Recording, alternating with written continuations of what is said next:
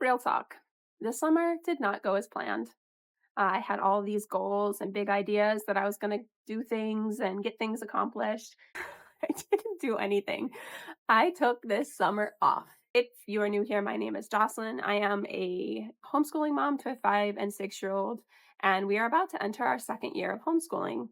And today's video is going to be about everything I did and didn't do for this previous summer, summer 2026. We took the summer off for the most part. To be honest, I really needed the break. The kids really needed the break. We ended our school year kind of dramatically with a lot of car issues and just, uh, we were all just ready for school to be done last year. And it was just kind of stressful. So the break was very, very welcomed. I had a number of goals going into the summer. I wanted to finish getting the stuff out of our other house. I had boxes to unpack. I had things to organize. We had homeschool stuff to organize. I had to put together all of the curriculum. So we are going to get into all of that, what I did, what I didn't do over the summer. But let's talk about the kids' summer camp. They went to a 5-week camp that was pretty much like cultural immersion camp. They did nature walks. They visited local police and fire stations and airports, and uh, they just did a lot of local cultural immersion things in the summer camp, and they absolutely loved it. They had a couple days off for like 4th of July, Juneteenth, things like that, and they just were so disappointed that they did not go to summer camp those days. So they spent a lot of time outside. They made friends. They had all these water days at camp where they just literally ran around outside. Water balloon fights at this camp. I mean, they just had a blast, and it was very, very needed. They needed to get out and play with other kids, and I just needed the time to just decompress, get done what I needed to get done, take my own breather, and it just was really, really good for all of us. It was a nice reset for sure. Overall this summer, we are actually in the middle of like one of the worst droughts in a really long time. So that kind of put a damper on some things. I couldn't do laundry. Shucks. Because we didn't have the rain and all of our water comes from rainwater. So things like that around the house I couldn't really do, which again, shucks. But it actually rained. So the last time it really, really rained was in the beginning of May. And right now it is June 20, not June, it's July 25th. And we actually just got our first heavy rain yesterday. Was it yesterday? No, it was on the 23rd. It was on the 23rd where like the buckets that were empty in the yard, that all the wild chickens and stuff drink out of, filled themselves. That's how much rain we got, which was very, very needed. I mean, it's hard to go that long without water. So anyway, I digress. What did I actually do? I read a lot. I listened to The Calamity Club. I'm almost finished with it. I read The Wonderful Life, The Borrowed Life of Frederick Fife. I think that's the name. I read Pachinko. That was really interesting. I learned a lot about Korea and Japan in that book. I love books like that where I learn things that I did not know before. So Pachinko is definitely, it's Pachinko. I'll put it up here or here. But I read that. That was really interesting. Uh, yeah, so I took a lot of me time. I would take the kids to camp in the morning. I would come back and I would drink my coffee. And to be honest, I really didn't go anywhere this summer. I thought I would go to the beach. I would go to somewhere, whatever. But if you saw my end of year recap, I had a number of car problems at the end of the school year, and I was scared to drive anywhere. And actually, I had another issue with the car one day when I was taking the kids to camp. Um, so yeah, I just didn't go anywhere because I was quite literally having panic attacks driving in this car that we have. We have a new car now and it's in the process of getting registered and insured, but I didn't go anywhere because I was literally too scared to. I would drop the kids in the morning, I would pick them up in the afternoon. And funny enough, my husband had to drive my car for a couple days. before we went on our cruise, and he ended up taking it to the mechanic like a number of times in those few days that he drove it. So it wasn't just me. It wasn't just me. But yes, um, I am looking forward to having a new car because I cannot take the anxiety of driving. I have to be able to drive and get the kids around and do various assorted activities. So I am looking forward to having a new car. Yes. So what else did I do over the summer? So did I get moved out of the other apartment? No, I have not. We have maybe two more trips of just taking things out that we're getting rid of, but we did get an official get out of here date, which is the end of July. So we have maybe one more day in there where we're just going to get everything out. But what that means is everything is now sitting upstairs in my house that is under construction. So that is just a whole nother project for a whole nother day because it is a lot of stuff. Um, so we did not get out of the other house. I did get the boxes unpacked that were in our immediate living situation. So that was really nice to not have to walk around boxes and to be able to just function. I did get all of our homeschool stuff organized. That was quite an adventure. I did not realize how much I had to do to get ready for this coming year. And I have which I'm going to talk about in a video that may or may not have come out already, but I have this print and prep that I filled out in my planner of all the things that I needed to do and check off as I go. This is how my brain works. These lists that I can check off make me very happy. And for the most part, except for maybe two things, I got everything accomplished in that. And I got my homeschool bookcase organized. It was a hot mess at the end of last year. I took everything off. I cleaned everything out. I moved things over that needed to be saved. I threw away things that needed to be thrown away. I have a whole list of get rid of, and everything that is on there is stuff we are going to be doing this year. So that was a huge accomplishment. Let's see, what else did I need to do? I did not do laundry here. Did I get everything else organized that I wanted to get organized? Not really. I did not get upstairs, which I really wanted to do to kind of sort through stuff to see if we could get rid of a lot of stuff. I did not do that. It was hot here. There's no heat up. I mean, there's no moving air upstairs. So it's just hot.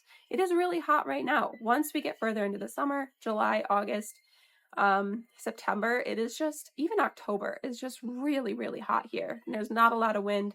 It's just hot. It is 10 in the morning, and I don't know if you can tell, but I am like literally sweating. Okay. So I did do a lot of personal time. I did stay home a lot. I just kind of I got done the homeschool stuff that I needed to get done, and any other extra things that I got done was extra. I don't think I ate lunch for the entire summer. Not having the kids in the house, lunch is like, I don't have to do it. You know, I came home, after dropping the kids, I came home, I had my coffee, I read my book, I maybe did a project here, a project there, and then before I knew it, it was time to go pick the kids up again, and I hadn't eaten anything all day. But I mean, whatever. It was my vacation too, so I'm not going to stress about eating. Kind of sounds funny, but yeah, just the things that you do when, your kids aren't around, and it's like when your husband goes out of town and you eat bowls of cereal for dinner. Like, it is what it is. So the end of our summer ended with a cruise for my husband's birthday, and it was a cruise around the Caribbean, which was kind of funny. Different perspective when you're going to all these islands with beautiful beaches and things like that when you already live with that. We stayed on the ship a lot, and the purpose of this particular cruise is that it was supposed to stop at Dominica, which is my husband's my husband is from, and he has a lot of family there, and it was supposed to actually stop there on his birthday. So we were going to be celebrating with his family, having local food, and just visiting with his family, getting off the ship, visiting with his family, getting back on the ship, and just having a nice steakhouse dinner on the ship. That was like the whole point of picking this one particular cruise. And then 2 weeks before the cruise, I think it was about 2 weeks, might have been 3, I don't know. Just a couple weeks before the cruise happened, we got an email that they were canceling that stop, and we were going to the Dominican Republic instead. This was my husband's 50th birthday, so it was kind of a big deal. It was the whole reason we went on this particular cruise. So he was really, really disappointed, but Overall, it was our first cruise. It was really fun. We had a lot of fun. The kids really, really loved it. I really loved it. They had a kids club and people brought me food literally the entire week. I don't think I've ever eaten so much than I did on this cruise. I was ordering like multiple appetizers and entrees and even desserts, and I have no shame. I don't care. I enjoyed every single second of it, and I cleared my plates because I don't enjoy cooking. I don't enjoy meal planning. I if I was really, really, really rich, I would have a live-in chef. Not even somebody that comes and cooks for me every day. I would just they would just live here and provide food all the time because that's how much I detest meal planning and cooking. So, on this cruise, I lived it up. I ate as much as I possibly could and I did not cook it and I did not clean up after it. And I loved it. The cruise was worth it just for that. Okay, so did we do any summer school? Did we do any curriculum or did we just scrap it all? Kind of somewhere in the middle. So in the afternoons when we would come home from camp, we didn't really have a lot of activities planned. They did go to a sport camp twice a week after in the evenings. But for the most part, we didn't really go anywhere. I didn't want to drive, if you haven't caught that already. Uh, so we just kind of stayed home. The kids lazed about. I mean, summer camp had them going from morning until afternoon. So I didn't need them to go out and play even harder. I mean, it was hot all day. They were outside. But on some afternoons, I would say, hey, why don't we go do a craft or do a worksheet? Mathematical reasoning, they did a couple worksheets. My daughter sat down one day and like six of these. They enjoy doing this and it kept their math facts fresh. But I would say maybe 3 or 4 days we did worksheets from here. For our exploring the world through story, we did a couple sheets through here, or a couple lessons through here. These were just quick lessons. I incorporated a buzzer that when we would finish the story and I would ask the questions, the kids would have a buzzer to try and answer the questions because they just really weren't into listening for the stories. So I found that the buzzer, they would listen more because they want to be able to hit their buzzer and answer the question. So we may or may not be keeping the buzzer as we do this in the school year, but once we get into the school year, they kind of probably, I hope, will have better listening because they did fine with this last year without the buzzer. Uh, we did not finish, but we finished the Little School of Smith's space study.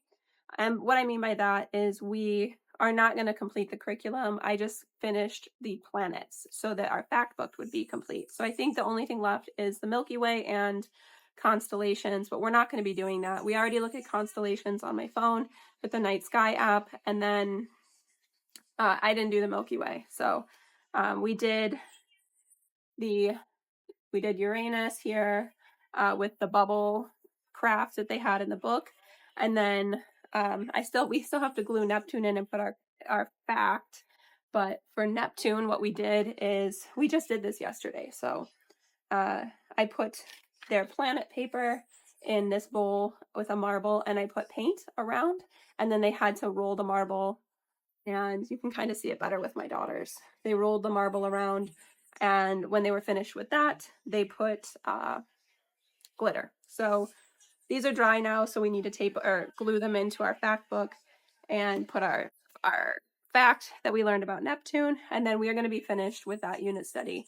I want to be able to focus on our bird nature study and then our weather unit study that we're going to be doing before we get into BFSU.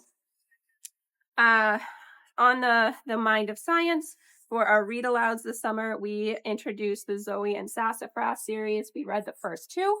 Because we're doing BFSU, which is a more structured science program, I wanted to introduce some science concepts. So I thought these would be perfect. And the kids really, really loved this. They wanted to keep reading the other two books, but we did bring in also Pirates Past Noon, which is a Magic Treehouse book. I did want to bring this in. This was actually on our possible read aloud list for next year, but because it didn't really pertain to anything specifically that we are studying, we are going to loud truckling that we are going to be doing the Caribbean and the Virgin Islands, but I couldn't quite justify bringing this in as a read aloud. So we did it over the summer to kind of introduce, historical fiction, location historical fiction, and some of the books that we are going to be reading once we do our official read alouds.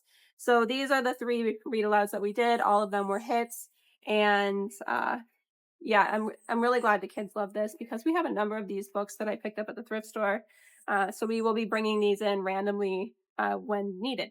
And the last thing that we did, and this is something that my daughter kind of picked up, I noticed that she was just drawing on scraps of paper a lot. So I gave her this drawing notebook, and I have these markers here that it's two levels. Somebody gave them for Christmas a while back, but I actually hid them because the way the kids treat markers sometimes, I was like, these are too nice to just have them destroy.